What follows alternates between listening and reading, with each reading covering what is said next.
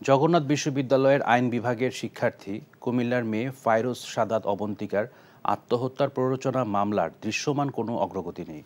সকালে কুমিল্লা নগরীতে সংবাদ সম্মেলনে অবন্তিকার মা তাহমিনা শবনম এমন অভিযোগ করেন।